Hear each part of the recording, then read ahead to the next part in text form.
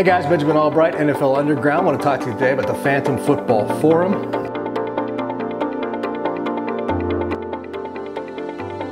Designed to give you greater access to me. You get the latest intel, insider information, rumors, news, notes, injury information, Vegas lines, fantasy football, power rankings. Watch football games live with me. Phantom Football Forum. Only $1 for your first month if you sign up today. Facebook.com/WatchPhantom. Get the link right here. Come join us today.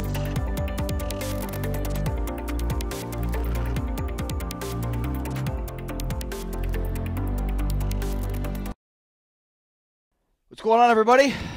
Great to have you with us on a Friday. I am Ari Temkin for Phantom, the New World Order of sports media. You can also hear me on 105.3 The Fan, as I've been filling in yesterday and then today for Ben Rogers at KT Fun Tweets. So ride home tonight. If you're in the Dallas area, 105.3 The Fan with the Ben and Skin Show, I will be live on that from 3 until about 6:30. So make sure to check that out. Thank you to our great partners at Phantom, especially the ones helping us on the Dallas Cowboys side, who are helping us with this stream. That's the Dallas Cowboys America's Team page. I will not entertain any America's Team discussions today. I'm looking at you, Wade and TJ. Also, the Dallas Cowboys Report, Silver and Blue Nation, Law Nation, Jobu Sports Report, Dallas Prospect, Big Gabe James. Big one up to all those folks, all doing great content. Go check them all out on all the various pages and platforms.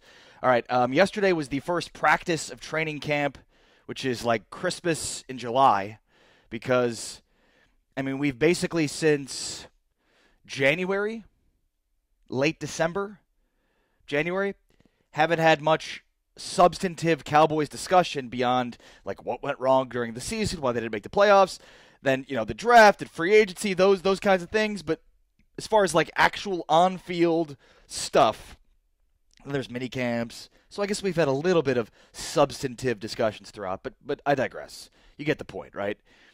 We finally have actual football to talk about without pads. So kind of, it's stuff to talk about. It's good. Stop poo-pooing it, or maybe that was just me. All right, post your comments. I'll get to all of them. Wade is already with the smack talking. Sean from the Sports Furies in the house. What up, Sean? We need to get together. You guys live in Allen, right? That's not too far from me. I'm going to Oxnard on Sunday, and I'll be there all week. So after I get back, Sean, you, me, Josh, let's get out and go get drinks or something. All right. Again, a reminder, I'm going to be in Oxnard, California starting Sunday.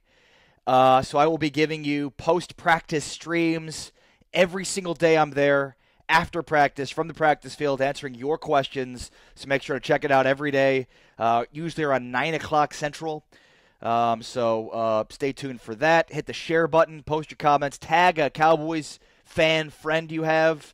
That way we can expand the audience and grow the audience. And again, thanks to all of our great partners that are helping us do that as well. On the Dallas Cowboys Report, Jesse Pope says something, and then bummer, no video. Is the video not working? Jesse, what's wrong with the video? Video's coming through right. Good, all good, right? Check your computer, dude. I just had a new internet installed, so my computer is humming along. I checked my download's like 400 megabytes per second. My upload's like 1,000,000 megabytes per second. Not exactly, but close. All right, just kind of scrolling through the comments. Shalene Stevens says, love you, boys. Let's get a ring this year. J. Mills Boz gives me the hello. Hey, J. Mills, how are you? Just kind of circling through all the pages we're broadcasting on. And I want to thank all of our partners again. But why aren't there more coaches with product endorsement deals? That's what Andy Kais wants to know. That's a good question.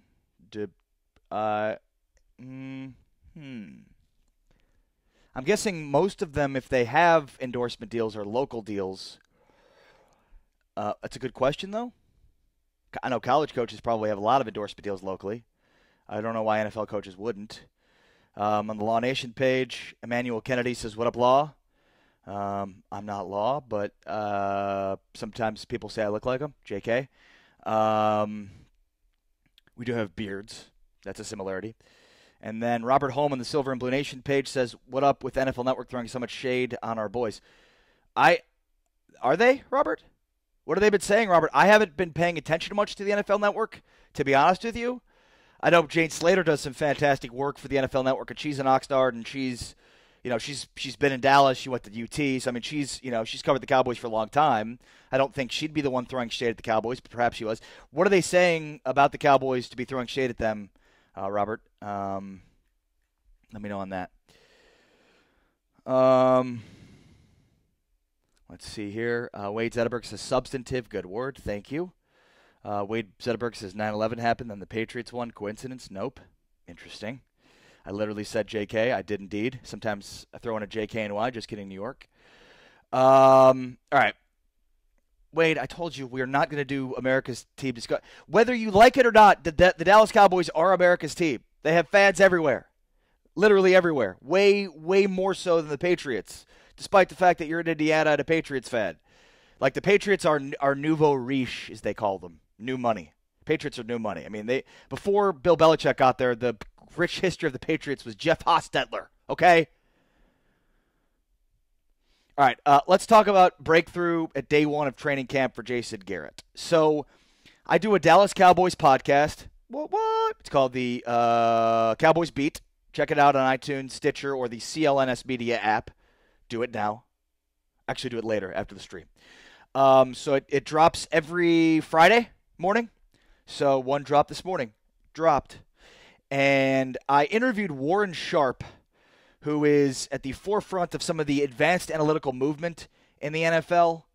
And Robert, I'll get to your comment in a moment. They said they're a sub 8-8 team. I mean, is that throwing shade? Or I mean, a lot of people feel that way. Look, it's before the season. People have their predictions. And though I've said I predicted 10-6 for them this year based on my conversations with Warren Sharp, which I'm going to get to, I'm less optimistic, to say the least, unfortunately. But I don't think that's shade. I mean, they're not as optimistic as Cowboys fans are. But I think for the most part, most people outside of Dallas aren't very optimistic about the team. By the way, the video's working today, right? Yesterday I had all kinds of issues with video, but somebody, Jesse Holm, on one of the pages said the video's not working, but on my end it looks like it's working fine. So just give me a thumbs up if it's working fine. All right, Chris Stroud gives me the thumbs up. Robert Mota gives me the thumbs up. What up, what up, what up? So Warren Sharp, who again does a extreme amount of deep looking analytics into the Cowboys or into the NFL. A lot of it very instructive for success in the NFL. Trends, things to exploit. A couple of things that he dropped on me on the podcast. One was that first of all, you're going to get more yardage when you throw on first down versus running. That in the last 10 years of the NFL, teams that throw on first down average 7 yards per catch, whereas if you run it, you're averaging over 4 yards per carry. So it's a 3-yard difference on first down. So plus the rule changes with the head dropping, and if that can now be a penalty. There's all kinds of ways in which even modern day rule changes are more of an incentive to throw the ball on first down. And one of the areas of that was throwing the ball specifically to a running back on first down or early downs. Well, as I've mentioned before, the Cowboys have one of the best pass-catching running backs in the National Football League in Zeke Elliott. Zeke is as good of a pass catcher as he is a runner, and he's as good of a blocker as he is a runner. He is so multifaceted as a running back, and that's what makes him the best running back in the NFL in IMHO. All right, G. Garcia says, let's talk about DBs. I think they're going to surprise everyone. I will get into that in a second here. Also, Armando Varela Olvera. Mondo says, what up, Mondo? With this defense, does the Cowboys arrive to the Super Bowl? We'll see. I'll get into that in a second. But I quickly want to get to the breakthrough at day one of training camp. Also, post your comments at the share button.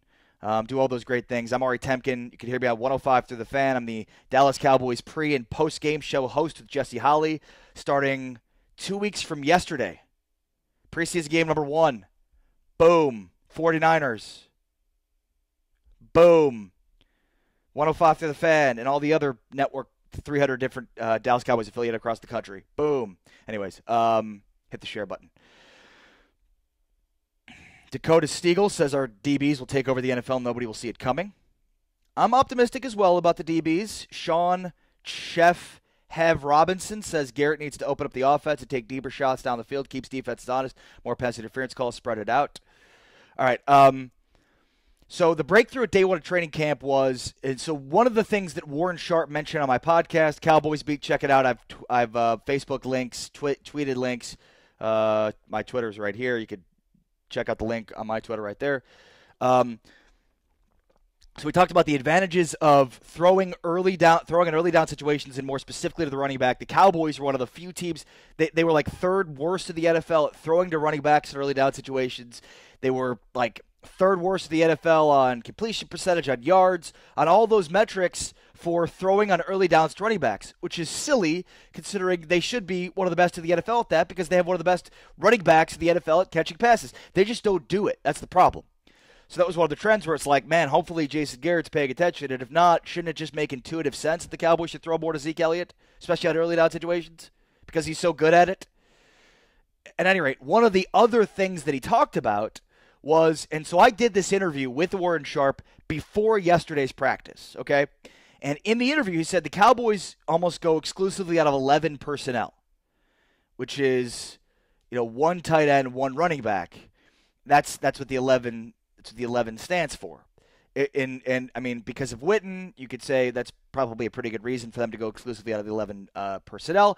But what he was saying was, maybe they should go more 21 or more 12 personnel, which is just different alignments. The numbers are based on wide receivers, running backs, tight ends. So yesterday they did 10 personnel, which is one running back, zero tight ends, right? So it's basically just, you do the math, they get 11 on the field. If they have 21 personnel, it's two tight ends, one running back, or rather two running backs, one tight end. Or 12 personnel would be the opposite, one running back, two tight ends. Or 10 personnel would be one running back, zero tight ends. Make sense? So the first number is the running back, second number is the tight ends. Cool. So they did a lot of 10 personnel at practice yesterday, which is one running back, zero tight ends, which means they had an extra receiver out there. They had two slot receivers and two outside receivers. And then they were using Tavon Austin as sort of the second slot receiver. They were using him at different points. If you saw some of the video clips that were being tweeted out from practice, Tavon Austin was sort of sneaking in the backfield and getting carries out of that alignment. So it's funny that Warren Sharp came on my podcast before practice yesterday, mentioned the need to go away from almost exclusive 11 personnel, and yet, voila, later that practice, we saw that, as if Jason Garrett had checked out my podcast, which hadn't even dropped by the time that practice started, but bear with me. So, I think that's a breakthrough at day one of training camp. We need to see Jason Garrett evolve more. He seemed to be so set in the ways that he does specific things and unwilling to deviate from those things. Showing 10 personnel, not using tight ends is a major deviation from what we've seen. It's a small breakthrough, but a breakthrough nonetheless, because small breakthroughs seem significant when we're talking about Jason Garrett, who is not really having breakthroughs. This is a Jason Garrett type breakthrough, which is, no breakthrough at all. How can they not use Zeke Elliott more out of the backfield to catch passes, especially at early down situations? Being more aggressive on fourth down calls, understanding metrics when it's gives you a higher winning or a higher percentage of chance to win the game versus to go for it on fourth down versus, could maximize the amount of points you could score, all those kinds of things. Like, that's what's needed for Jason Garrett to really break through in a way that doesn't make him a liability as a head coach. I think the Cowboys have an extreme amount of talent on their roster, especially on the offensive side. They're better on defense. I don't know how much better they are. We'll have to see. But their offensive side, they are supremely talented. And so when I look at this team, I think they can be really, really good because of their offense and how talented it is. But the thing that could be holding them back, well, one, their schedule, it's tough, and the NFC is good. But the other thing that it's probably most important is their head coach and sort of an unwillingness to evolve when it comes to, the ways in which coaches are implementing advanced analytics in game planning, scheming, play calling, et cetera, et cetera, et cetera. Let's see here. I'm just going to go through some of the comments now. I've never said Zeke was any good. LOL. That's blatantly untrue. I've always said he's the best in the NFL. Larry, you are a liar. Andy Kai says Jimmy G going to light up the Cowboys secondary. Disagreed. Bustin Matt says we just need to know how many times Garrett did that dumb hand clap after every mistake. He does it after successful times too. Here's my favorite bit to play on the radio, which I did a few times. Playing Jason Garrett cuts from post-game press conferences, and you have to guess if it was after a win or a loss. It's very hard to do and very fun, meaning he's basically the same guy. Even Steven. But, I mean, for me, look, I think that kind of non-fiery attitude that rubs people the wrong way, I mean, that doesn't bother me. The things that bother me are like this inability to deviate from game plan, the inability to evolve over seasons, or the inability to evolve within a game. I mean, there's ample examples of that as far as like making the proper adjustments. But then beyond that, it's like, using some of these advanced analytics that can give you a major advantage relative to the rest of the league, and yet Jason Garrett, who is a supremely smart gentleman, having been a graduate of the University of Princeton, but at the same token, completely unwilling to entertain any sort of advanced analytics that could exploit areas for the Cowboys against competitors, and yet they don't, seeming completely unwilling to do so. All right, let's get into some of these comments on the Dallas Cowboys America's team page. What up, what up? Joanna Thompson gave me the laughing emoji. What were you laughing at, Joanna? Dakota Stiegel says, I feel the need to incorporate more screeds. The outcome is more often than not a huge gain. Yeah, I mean, look, I think I hate to second-guess play calling, but certainly when you look at the metrics, teams have a lot of success throwing the ball in early down situations because most teams are prepared to stop the run defensively on early down situations. Plus, the rules are set up to give a major advantage to the offense in passing situations.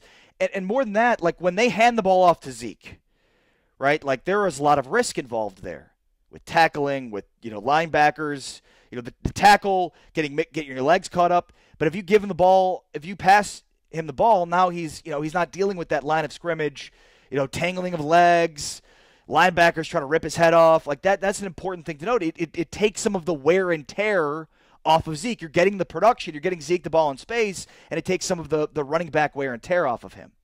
All right, as far as the defensive backs are concerned, I've seen a couple of comments about the defensive back. G. Garcia says, let's talk about DBs. I think they're going to surprise everyone. Dakota Stiegel says our DBs will take over the NFL and nobody will see it coming. A little bit later on in the show, I saw this really interesting tweet that was kind of making its rounds. I'll just show you what it is, this list. And you can start to think of them yourself, but I'll get into this. So who will be the Cowboys breakout guy? Who will be the Cowboys comeback kid? Their rising star? Who should we not forget about? Needs to rebound? Dark horse MVP under the radar. Coming up a little bit later on, I'll give you mine. But be thinking about these because certainly I think some of the defensive backs we're talking about will make their way into this conversation. By the way, hit the share button. Post your comments no matter where you're watching from. Thanks to our partners. I'm Ari Temkin with 105 Through the Fan and the Dallas Cowboys pre- and post-game host, also broadcasting live on Phantom, the new world order of sports media. It's facebook.com/Watch Phantom, Phantom. Thanks to our partners, Law Nation, Silver and Blue Nation, the Dallas Prospect, Big Game James, Joe Boo Sports Report, also the Dallas Cowboys Report, and Dallas Cowboys America's Team, some of our partners that are helping us spread the video and stream around all these different Cowboys fans to help further our reach here as we kind of try to continue to reach as many Cowboys fans as we can. And by the way, help us by tagging Cowboys fan friends that you have that might like this kind of a broadcast. All right. Wade Zetterberg says comeback kid is automatically Zeke. Interesting. Gabe Gonzalez says, why is Frazier unavailable? Kayvon Frazier, that was the big news from yesterday. He's unavailable because of a blood clotting issue. If you're familiar with hemophilia, I'm not saying that they're testing him for hemophilia, but it's the same issue, right? Like, In the case of Chris Bosh, he had too much clotting. In the case of Frazier, there's not enough clotting. So that's the issue with Kayvon Frazier. He's apparently got some blood clotting issues, so that's obviously something they need to take care of. Andy Kai says, did anyone else hear Ari talk baseball yesterday at 105 to the Fan? How weird was that? Yes, so weird that I screwed up the Chris Davises and made myself look like an ass. Made an ass out of myself talking baseball, Andy. Thanks for bringing it up. I was bringing up the wrong Chris Davis. I was bringing up the former Ranger and Baltimore Oriole Chris Davis, despite the fact the Rangers are currently playing the A's against Chris Davis, K-H-R-I-S. There's too many damn Chris Davises. There's also the PR, one of the PR guys for the Spurs. His name's Chris Davis. There's the guy that returned the Iron Bowl for a touchdown against Alabama for Auburn named Chris Davis. There's too many Chris Davises. But I digress. John Dyer says, is the QB2 spot wide open, or are they handing it to Rush? It's definitely wide open. They drafted Mike White. So based on the fact that they spent a draft pick on him, lets you know that, Cooper Rush was undrafted. Made the team because he outperformed Kellen Moore. But that doesn't necessarily mean that Rush is going to be their start or their second string. If Mike White outplays Rush, then he's going to be their second string. And I think the issue is if they're on equal footing, they're going to keep three quarterbacks. And if you're a Cowboy fan, you should want them to keep three quarterbacks. All right, stop deviating me. I'm going to talk about defensive backs. So I agree with most Cowboys fans who are optimistic about the defensive backs for the Cowboys. They spent 4 draft picks last draft on defensive backs. Chidobe Awuzie, Jordan Lewis, Marquez White, Xavier Woods. So they've invested heavy draft capital into that position. And I think it's going to pay dividends this year. Cheeto, had at times played pretty well last year. Certainly went through some struggles as a rookie. But, I keep going back to Gil Brandt, who's, one of the fathers of modern-day NFL scouting. The Cowboys were Tex Schramm and Gil Brandt, the first organization to use video in order to scout players, which seems absurd. But, yeah, were at the forefront of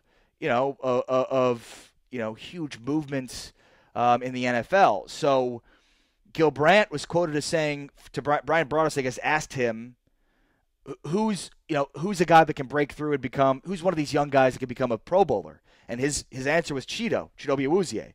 So, just based on that and that alone should make you excited as a Cowboys fan because of the potential there as a second-round pick out of Colorado. But he's just got an edge to him. He plays with an edge. He plays with a chip on his shoulder.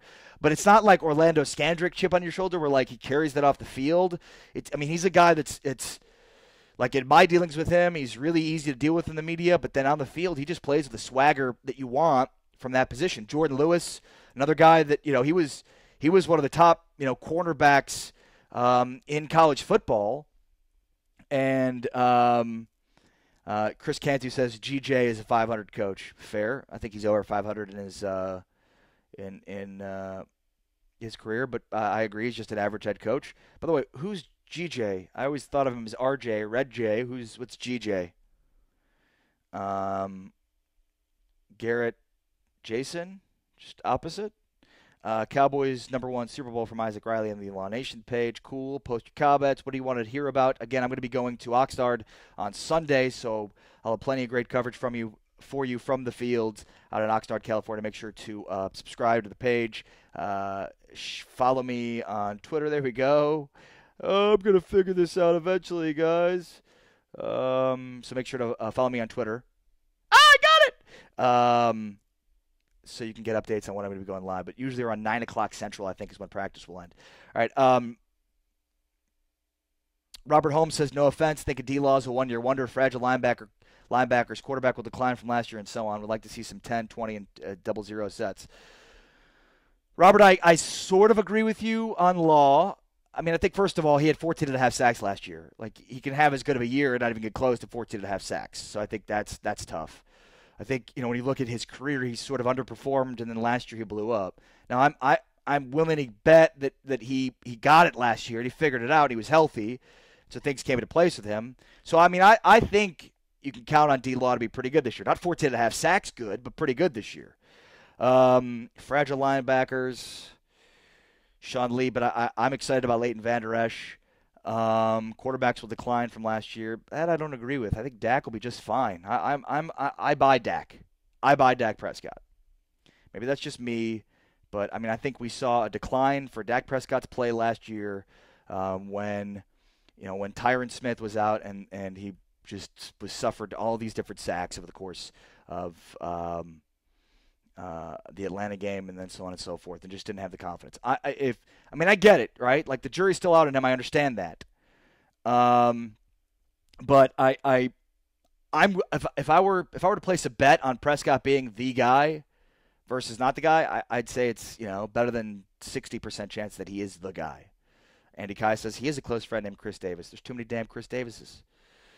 Wade Zetterberg says it's opposite day. The Cowboys are great. Is opposite day? Who knew? It's Friday opposite day. Brand Close gives me the thumbs up. Thumbs up, Brand Close. G. Garcia says I think Bo Scarborough is going to surprise some people too. Yeah, what's the thing about Scarborough is he's just a 7th-round pick, so like he could very easily be cut. And that's I've talked about this before. They brought in Darius Jackson, who formerly was with the team, and I mean he's a potential third-string running back who plays special teams.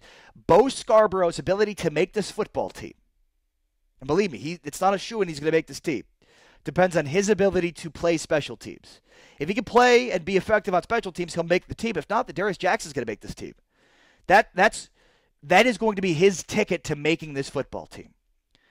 And corners. So I mentioned Chidobe Awuzie, Jordan Lewis, 2 guys I'm optimistic about. And then, who knows what to expect from Marquez White, Anthony Brown. When I look at, when I'm going through these, breakout guy, comeback kid, rising star, I probably have Anthony Brown somewhere on the list. So I'm optimistic about the defensive backs, but I acknowledge there's a lot of questions there, and I'm very worried about their safety position. Very, very, very worried about their safety position. All right, I'm Ari Temkin. We're live on Phantom. Hit the share button if you wouldn't mind. Post your comments. What do you want to know about? I'm going to be out at Cowboys training camp. The sun is playing tricks on me. I shouldn't be counting on the sun, people. Should I turn this off? Maybe that'll help. But the sun keeps moving, and it's making my skin translucent. And now I'm going to try to turn off my spotlight, and hopefully this will make me less translucent. There we go. Boom. Don't move, sun.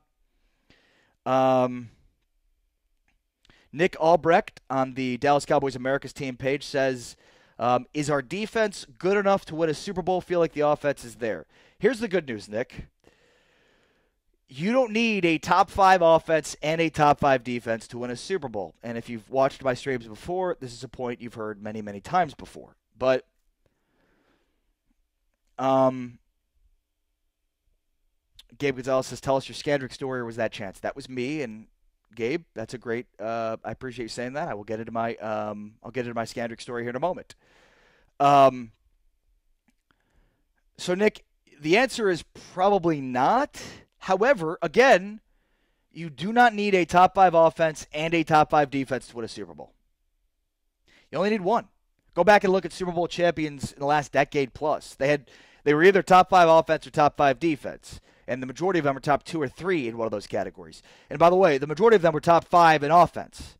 There's only one that I can think of off the top of my head in the last decade that was top 5 defense but not top 5 offense. That would be the Denver Broncos, and they were historically good defensively.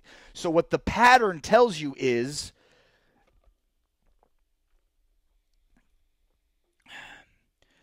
you only have to be top 5 in one or the other, and the majority of teams that are top 5 in offense give you a better chance. You basically have to be historically good defensively in order to make up for not being top 5 in offense. So, and that's where the good news comes in, Nick, because I believe the Cowboys are going to be top 5 in offense, and I believe it because Tyron Smith is back, and I'm not going to give you the if he stays healthy caveat, because the truth is he won't be healthy. He's got a bad back, and he's only older, and when you play in the NFL, I mean, you're subjecting yourself to a rigorous physical activity. So, I don't think Tyron Smith is going to be healthy the entire year, but if he can play the entire season, overcome that back issue, with Zeke Elliott there for 16 games, Cowboys are going to be top 5 in offense, just based on those two things alone. One of the best offensive lines, if not the best offensive line in football, and one of the best running backs, if not the best running back in football, in Zeke Elliott. So based on those two things, offensive line, running back, they're going to be top 5 in offense. And remember, They only need to be average in defense to win a Super Bowl. That's at least what recent history tells us. Dakota Stiegel says, did you say Xavier Woods is having blood clot issues? I did not. That's Kayvon Frazier who's having the blood clotting issues. That's why he's on the non-injury list to start camp. He and Randy Gregory are starting camp on the non-injury list. David Irving, by the way, is not gonna be with the Cowboys at all at training camp. I don't think David Irving is going to play this season. I'll repeat myself. I do not think David Irving will play for the Dallas Cowboys this season. Rick Pulido says Jason Garrett is not new. A new coach would be new and better and might just win a playoff game. Jason has to go. Yeah, I agree with you, Rick. Jerry said no when asked if it was playoff or bust for him this year. I just don't know if Jason Garrett can survive not making the playoffs this year. Cowboys fans, I don't think will be able to take it. And I do think Jerry cares a little bit about the PR piece of his team.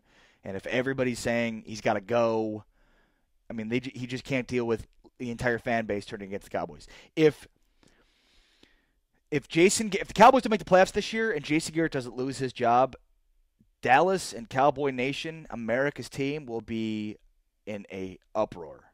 And rightfully so. I mean, they've pissed away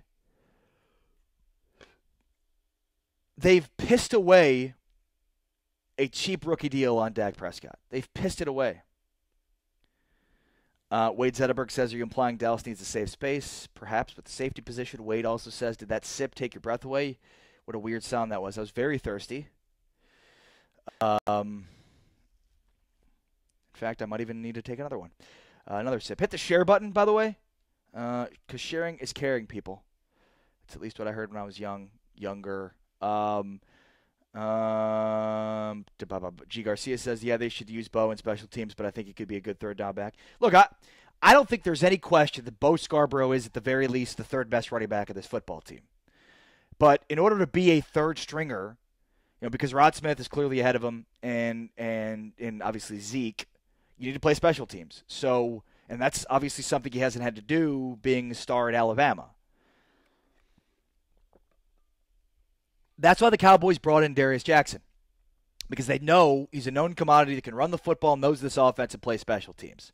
So Jackson was brought in as a contingency in case Bo Scarborough is not able to play well enough on special teams, which, by the way, I think he'll be fine on special teams. Travis Cotton says, where is Cameron Fleming going to be used? Backup? Yeah. Cameron Fleming is going to be their swing tackle. Chaz Green was their swing tackle last year, and that didn't go so well. Chaz Green, by the way, was carted off yesterday at practice. Do not cheer. It's not a good thing to do. He had dehydration issues. I find it hard to believe that Chaz Green is going to make this football team.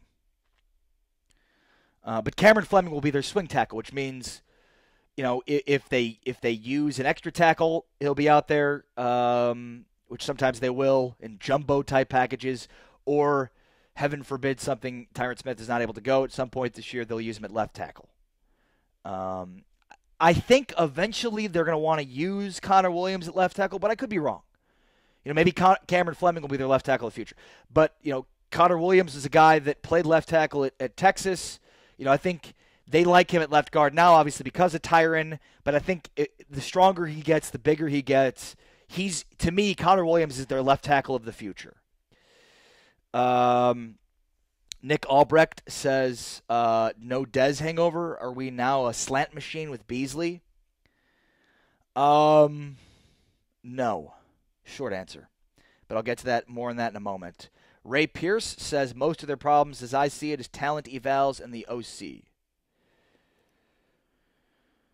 I don't know how much you can put on their OC, considering, a lot of it's designed by their head coach. Talent evaluations,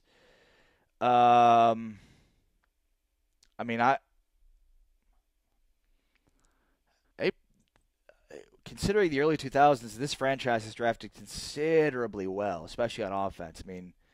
Travis Frederick, Zach Martin, Zeke Elliott, Dak Prescott.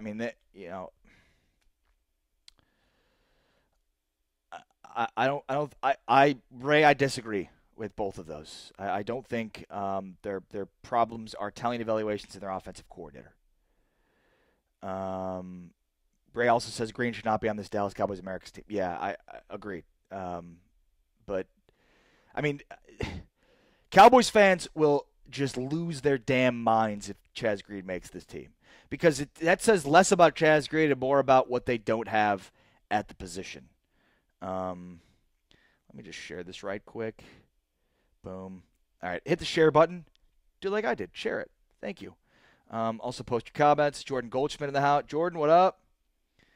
Jordan, by the way, at 11 o'clock every day, Josh Briscoe from 810, he does a show at Phantom. Check it out.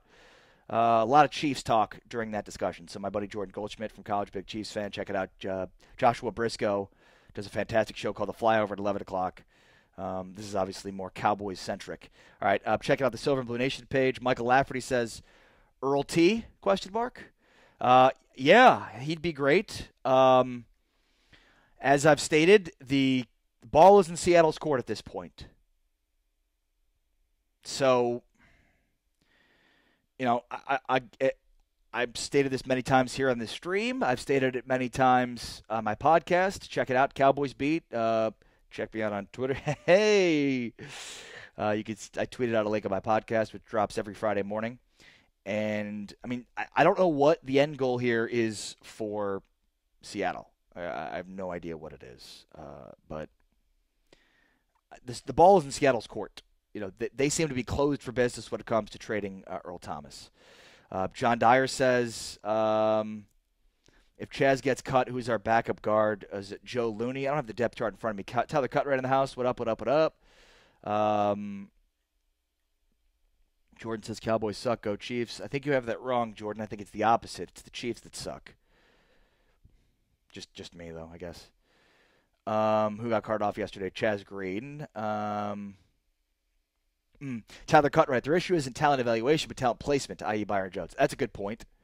And look, the Cowboys, they like to draft players that can play multiple positions. They like multifaceted players.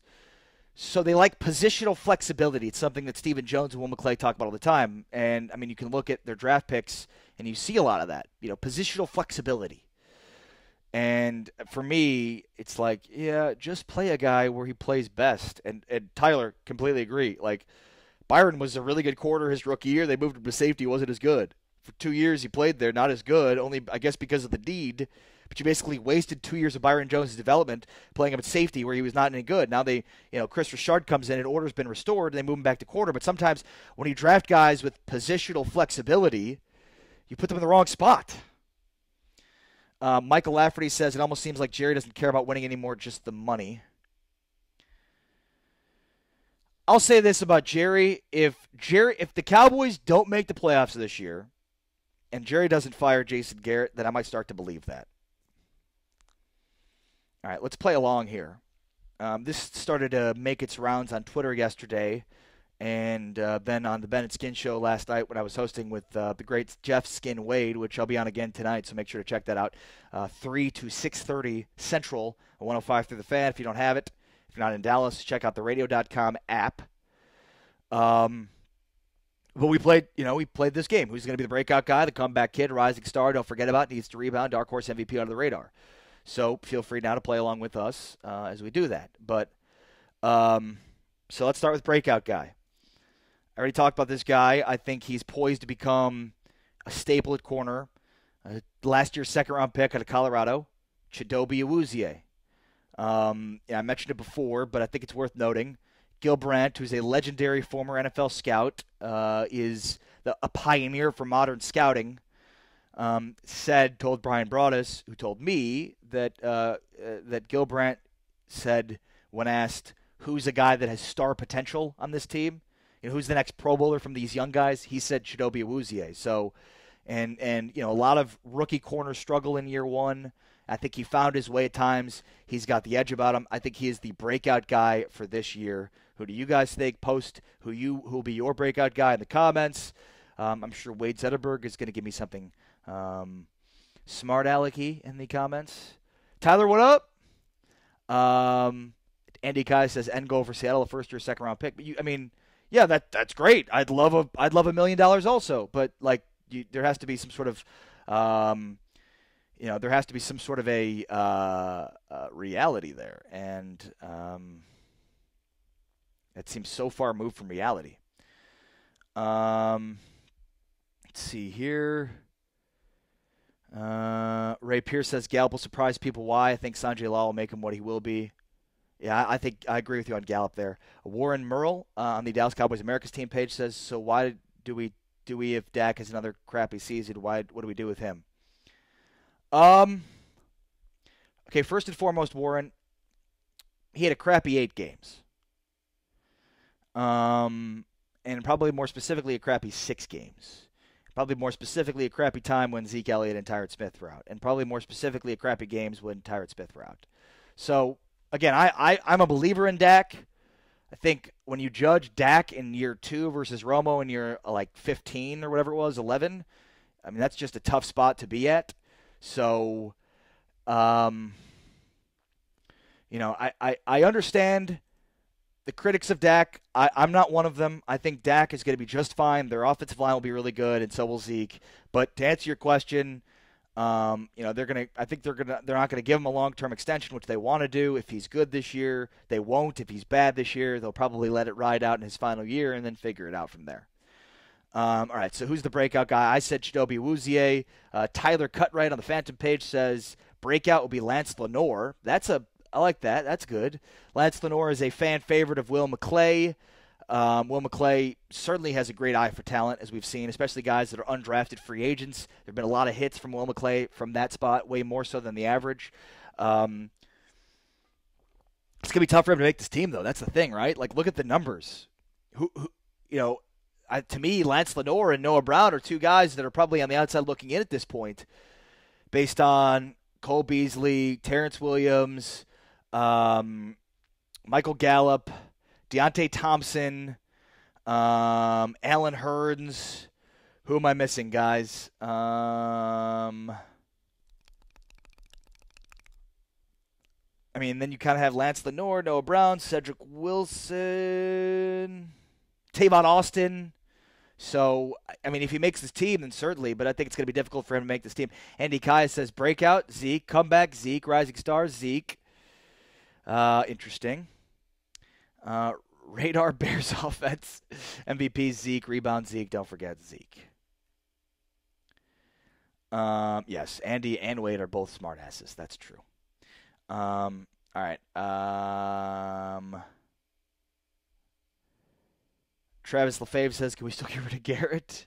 Not if you make the playoffs, Travis. That's the difficult part about this season if you're a Cowboy fan, because most, myself included, though I'm not necessarily a fan, but I do like Dak Prescott, and I do like parts of the Cowboys. At any rate, it's tough because, on the one hand, if you like the Cowboys, you want them to do well, but if they do well, then Jason Garrett stays. All right, comeback kid. For me, it's Jalen Smith. And I'll tell you what, I'm still a little skittish on Jalen Smith. I still think, we had ridiculous expectations for him last year. They were way out of whack. They shouldn't have been.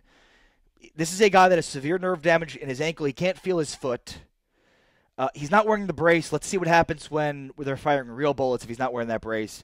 But even if he's not wearing the brace, he still has nerve damage in his foot that might never regenerate. And at this point, we're just going off of what he says on how it feels, and he's eternally optimistic about it. But bottom line, I'm still a little skittish on him. I don't know that he'll ever be a multifaceted linebacker, a guy that's good in coverage and rushing the passer. I do think, though, the comeback kid, because he's a guy that's going to be better cast this year. They're going to use him less. They overused him last year, and they're going to use him right, which is rushing the passer. Downhill, straight line. You can't have a guy that can't feel his foot running sideline to sideline. That's what they had him do last year. That's the problem. As long as he's running straight line downhill at the quarterback, he could be very effective. So I think he's going to have some sacks this year based on that and that alone. Less snaps, so they're utilizing him at the right amount. And the secondary piece to that, which is really big, is more sacks because downhill. So he is my comeback kid. Rising star is Michael Gallup, and I know a few people have commented that. And Rob Garcia says Jalen Smith will have a great a great year, specifically now with the knee brace off. It's ankle. That's the thing. It's knee damage, but the nerve damage was in the ankle and the foot actually, and the brace is off, but it's off for now. When they don't have pads on, it's not real bullets. So let's wait and see when they're real bullets if the brace is off. But even if he's got the brace on, guys, that's the thing is you can run downhill if you can't feel your foot. Sideline to sideline, though, pivoting, turning, no. That was the problem last year. Warren Merle says, I say, Tony, get out of the booth, grab Des. Those days are over, Warren. All right. My rising star is Michael Gallup. I've seen a couple of people comment on this in the comments. For me, Gallup, rising star, I see huge potential with him. A lot of rookie wide receivers come in and don't really play well. I think Gallup has the skill set to step in right away and be successful. G. Garcia says, don't forget about Sean Lee. I've got Sean Lee coming up, buddy. Don't worry about Sean Lee. For Gallup, though, rising star, I heard somebody mention Sanjay Lal. I also agree with that, but I also think they're looking for a deep threat. This is a guy that's shown the ability to be a deep threat. He's also, a lot of rookie wide receivers coming in, they're not polished route runners. That was the number one positive of a guy like Michael Gallup coming out of college at Colorado State, was polished route runner. That's why I think he's in good position to be successful as a rookie. All right, don't forget about Sean Lee. With the pick of Leighton Vander Esch, I think a lot of people have forgotten a little bit about Sean Lee and the importance that he has for that defense. If they don't end up with Earl Thomas, Sean Lee just becomes that much more important because he is the quarterback of that defense. He's the leader, and he can only really do that when he's leading on the field. Millie Lev says hello. Hi, Millie. How are you? So that's why don't forget about Sean Lee. We have all this talk about Dak and the offensive line and Zeke and Leighton Vander Esch and the corners. Don't forget about Sean Lee. He's still really, really important for this team to be successful, especially this defense. If this defense takes a major step forward, it will be because of Sean Lee and something we haven't seen in a long time, which is his ability to stay healthy. Needs to rebound. Anthony Brown. Remember him? Breakout rookie year. Took a major step back last year. Anthony Brown is the starting slot corner, nickel corner for the Cowboys. So, he's got to rebound after a bad year last year. You could also argue Dan Bailey is in that category, though I think the Cowboys should use Dan Bailey less and go for it more than fourth down. Be more aggressive, Jason Garrett.